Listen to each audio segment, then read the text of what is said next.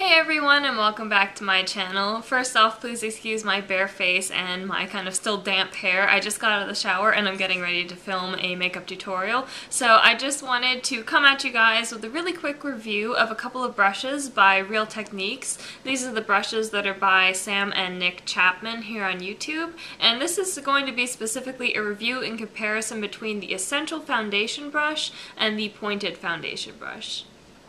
Now first off, where do you get either of these brushes? The Pointed Foundation brush can be found in their core collection, and the Essential Foundation brush is from their Travel Essentials kit. If I show you a comparison of the brushes side by side, you can see that the Essential Foundation brush, that's this one over here, is just slightly longer in the bristles than the Pointed Foundation brush, and also that it is about twice as thick as the Pointed Foundation brush, so it's just slightly bigger than it. Now when I turn it to face you this way, you can tell that it is quite significantly wider. It's about 1.5 times as wide as the Pointed Foundation brush, and it's also quite a bit rounder at the top. It still has quite a nice taper to it, so you can get into the corners of your nose and you can get into the hairline really easily, but it is not quite as pointy, so you can cover a larger, wider area because it's just that little bit wider and flatter than the Pointed Foundation brush. You can find either of these brushes at Ulta, or I believe Walmart is beginning to carry the Real Techniques line, as well as Walgreens is starting to carry them online, and you can also buy them from, I believe, drugstore.com online. But you can find it online in a couple of places as well in case you are shopping internationally, although just recently they have opened up their line to be shipped internationally from their website, although a lot of their items are out of stock on the website quite frequently, just because that is, their actual website.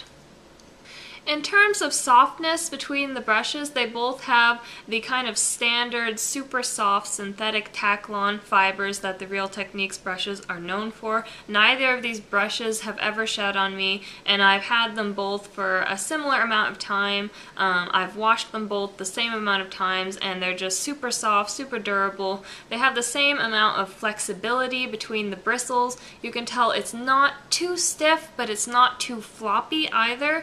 It's not going to just flop all over on your face so that you can't get a good stiff amount of pressure to really blend out a thicker foundation, but it's not too dense to where it's kind of prickly and hard on your skin to where it's almost hurting you. I believe that the pointed one is a little bit more precise just because it comes to a bit of a finer point here, and so it's a little bit better if you want to get really close up underneath the eyes and pat on a nice liquid brightener, or maybe if you want to pat on a bit of corrector in a very concentrated way, or you can even use the tip of it to conceal, any little blemishes that you might have. Whereas the Essential Foundation brush, I believe, is really just most useful for applying a cream contour. You can really use the sharper edge of it here to just go right down the sides of the nose, cut right under the cheekbone and blend up, and get around the hairline really nicely, and also just use it obviously to apply your liquid foundations and cream foundations.